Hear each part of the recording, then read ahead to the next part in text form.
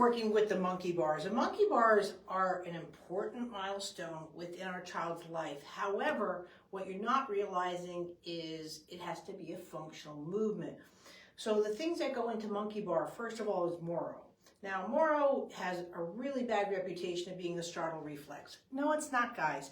If you want your pelvis to articulate in all directions, right, from the hands to your feet, pelvis is what is the only movement that, or body part where movement can go in and out of and actually can be created from. Can't create movement from an elbow. An elbow is there to transfer weight or to receive weight, but it's not there to create a movement. So using biomechanics and levers is, again, a big misconception on how the body works. I get it, it might be a description that this is a lever. So what, right? We're going into functional movement.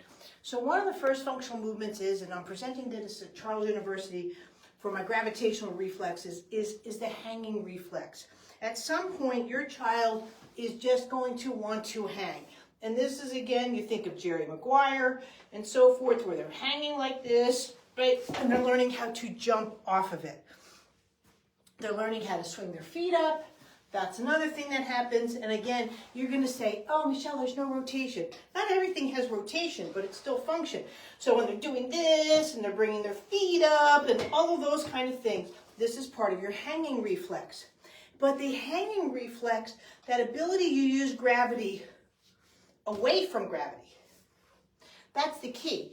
Right? Up until now, up until you're coming off the floor, you're starting to walk and so forth, but now you're playing with gravity away from gravity. So this is when a child starts hanging and they're talking to you like this, because they're starting to play with that and they're going into their spinning milestones from 2 to 5. Somersaults, rolling down a hill, bicycles, cartwheels. Right? But the whole point of monkey bars, I'm going to see if I can do it from here, is again, not a patterning. When you're standing there doing like this, that's just touching.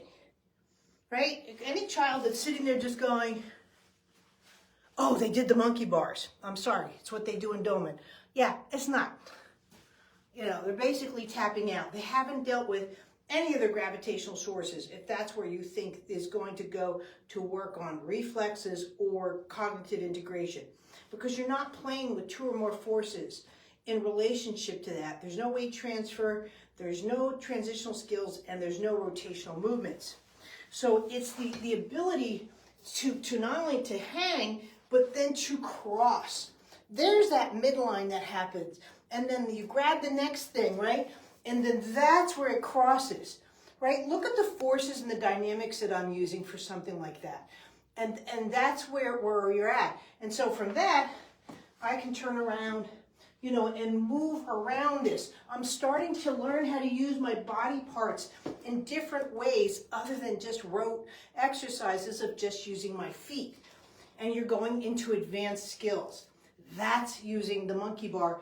That's what you need to do. So even if your child just is on a hanging bar and you're playing with balloons, that's how you want to do it, to start integrating those movements versus sitting there going, see the difference? Thanks.